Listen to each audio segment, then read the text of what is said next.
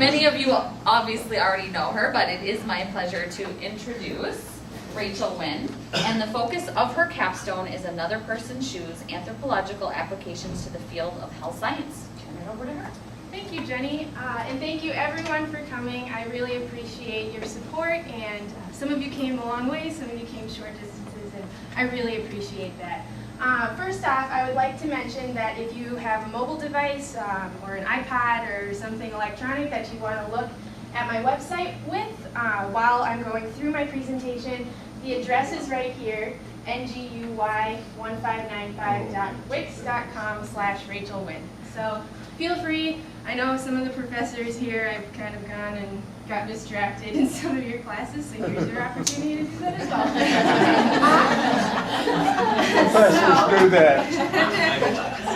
Okay, so I will be giving an overview as well as some details on my experience studying in a different state, as well as the coursework I took and how that applies to the health science field.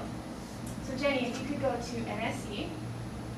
So NSE stands for National Student Exchange, and that is an organization where I was able to travel to a different state and study at Stony Brook University alongside being a student still at UMR. And so while I was here, my mother and I traveled about over 4,000 miles, 25 hours, 3 days. If you have the opportunity afterwards, ask her about our navigation skills. It's a funny story now, it wasn't at the time. But we made it there, and immediately when I got to Stony Brook, I noticed the vast difference between UMR and the Stony Brook University campus. UMR is so integrated into the city of Rochester itself, whereas Stony Brook is sort of its own little island. There's a Target maybe 3 miles away, but everything was within the campus. They had their own bus system, and so it was really different. But nonetheless, they had a train system there, and so I was able to travel to New York City 7 times while I was in New York. And while I was there, I did all the touristy things you can imagine. I went to 3 Broadway shows. I went to lots of museums. My parents and I took a tour during our birthdays, and that was a lot of fun. I also did the Macy Day Parade. So it was really interesting to be able to see the cultural difference from New York compared to Minnesota and the Midwest. The people are different, and the experience, just tons of people all over the place. It was crazy. And in addition to that, while I was at Stony Brook, I got to be a part of the Stony Brook Ballroom Dance team. And I have a couple of pictures you might have seen in my dress attire and stuff. These are some of my ribbons.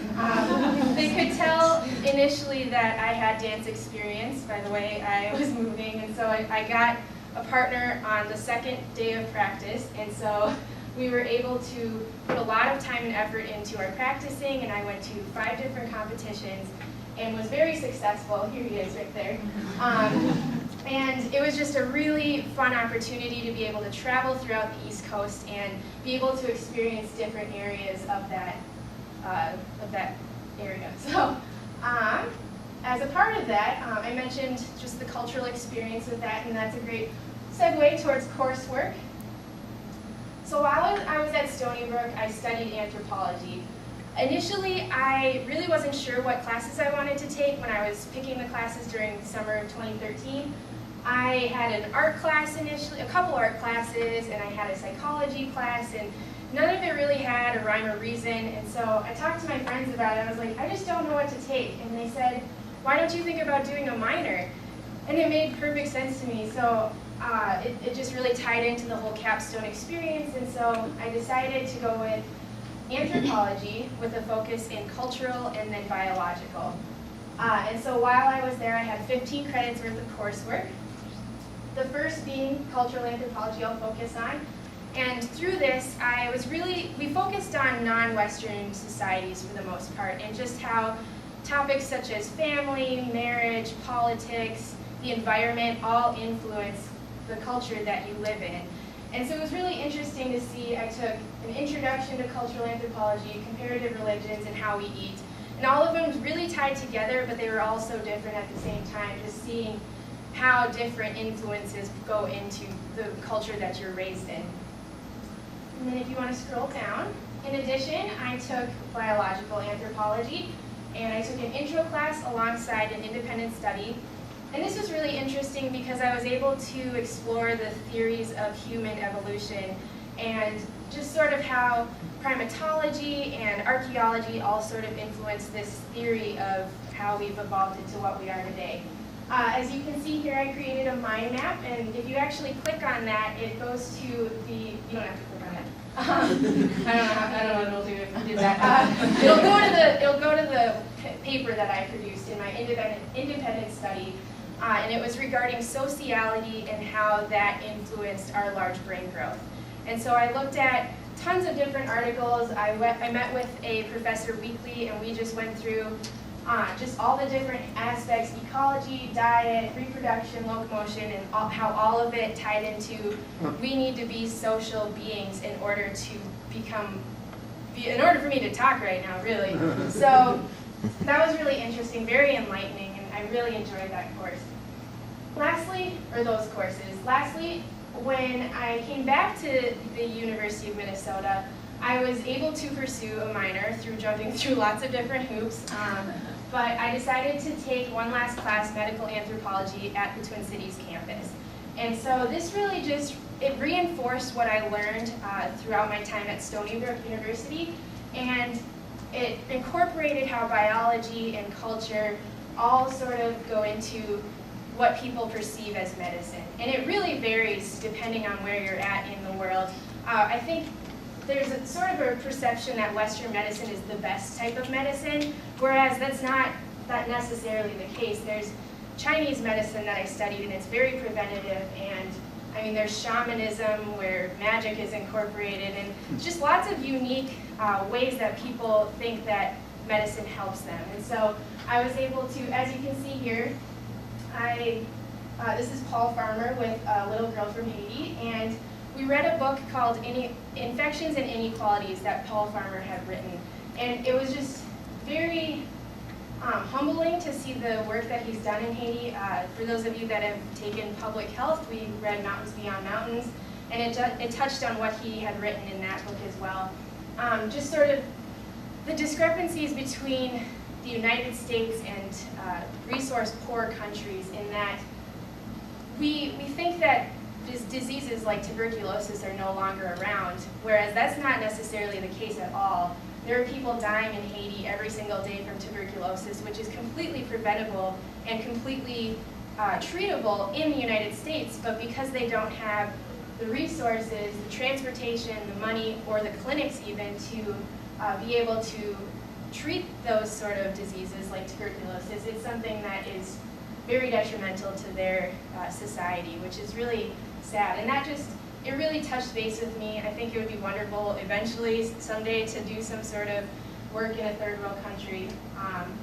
But yeah, he was a very influential aspect of my anthropology class. So to tie that all together, yes, perfect applications. So what I did was I took what I learned from my courses and applied it to what I was doing here when I came back. So my first point was my work at Samaritan Bethany. Thank you for those of you that came from Samaritan Bethany. It's a nursing home or a senior care community that I've been working at as a nursing assistant for the past 2 years.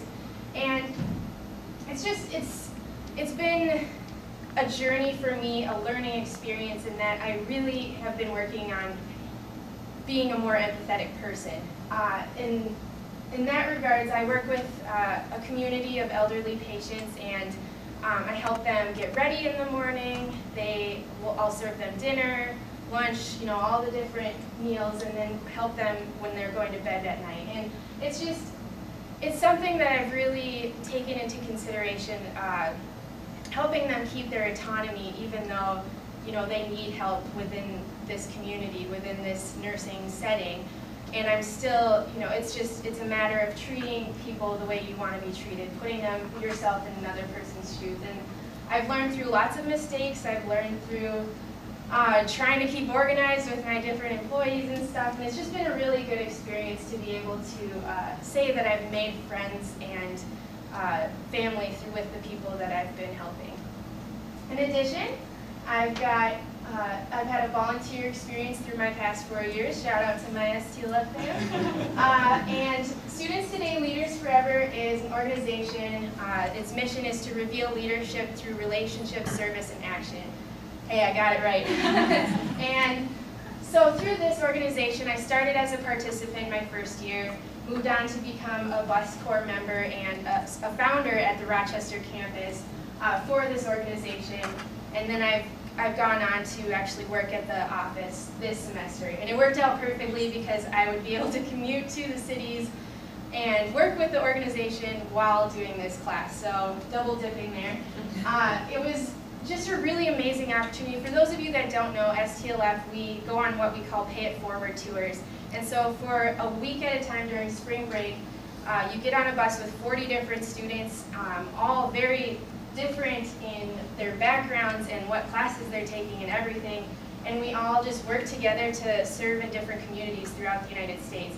And it's been a really awesome opportunity to not only volunteer with the organization, but also to see sort of the backbone at the office of what really goes into this nonprofit. And I've made some great friends out of it. It's been a wonderful opportunity, and I'm very grateful for the time that I've had at STLF. It's a seasonal position, so I'll only be there until the end of May, but it's been wonderful.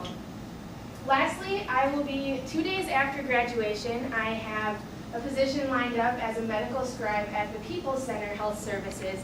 And what a medical scribe is basically I will follow a physician around this family clinic and take her notes for her. So it'll be really interesting to gain medical knowledge through documenting what the patients are going through that we're meeting, as well as serving an underserved population. I believe the community there is mainly Somalian. When I went in for my interview, it was very overwhelming because there were just so many people in the clinic at that time. All these people talking in a language I didn't understand, and I mean, it just really reiterates what I've been learning this past semester, the past year, and I'm looking forward to seeing what comes from that opportunity. All right, that's it. Any questions?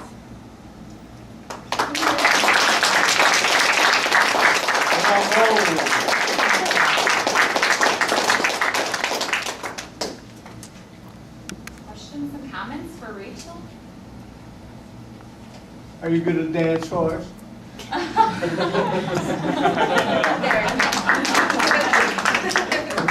She needs a partner, Tom. Yeah, there we go. So do I. Do you have a question?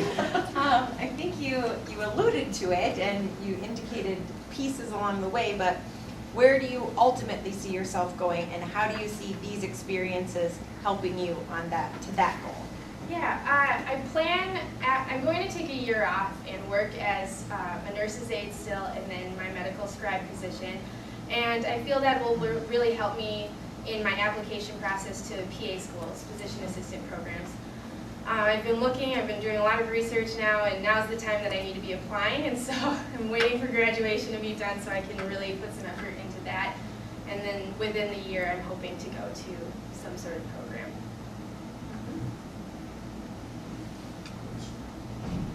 Looking for programs away from Minnesota. I don't know. Initially, I chose the East Coast because I was contemplating doing PA school out there.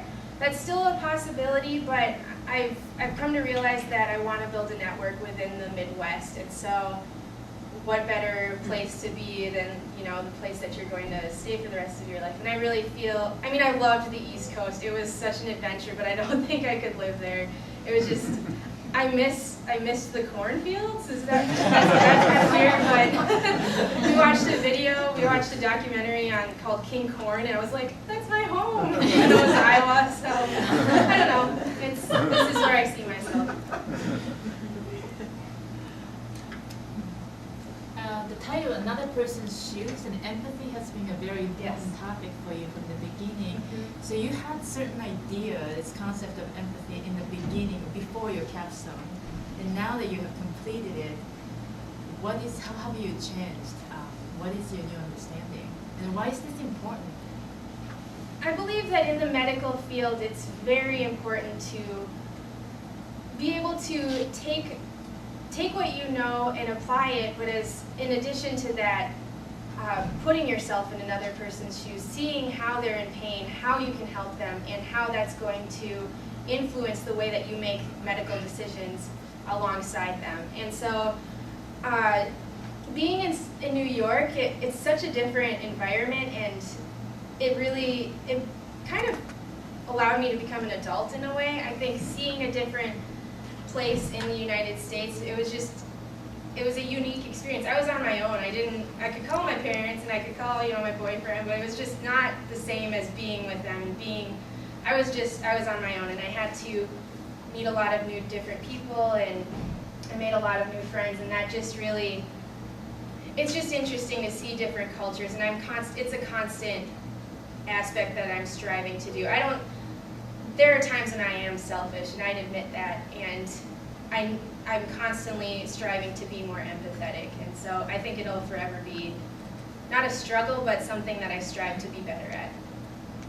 Rachel, you're obviously a very motivated person. Is there any one person that you can pinpoint in your life that really got you motivated in terms of your education?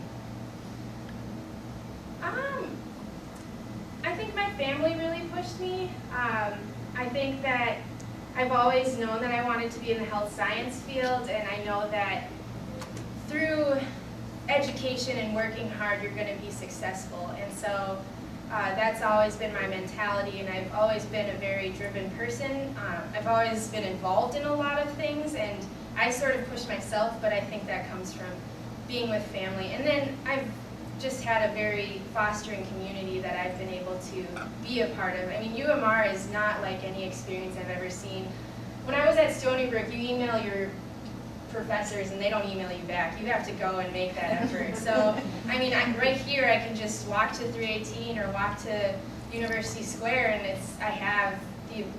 everybody's so readily available. And so it's just been a really wonderful opportunity to see the different perspectives of education and how I've, maybe taken UMR for granted, and how that has impacted my educational undergraduate experience. Thank you. Rachel, I just have to compliment you on your poise and growth and maturity, and I feel like I'm going to weep a little because I'm taking it from like 3 years ago. You gave me my first. I know. Back when you just asked me. Yes. But I just, to see your growth and where you've come from, I'm so impressed. Thank you. And I know you have big, wonderful things ahead of you. Thanks. I appreciate it. You're going to be great at anything you do. Thanks, Sam.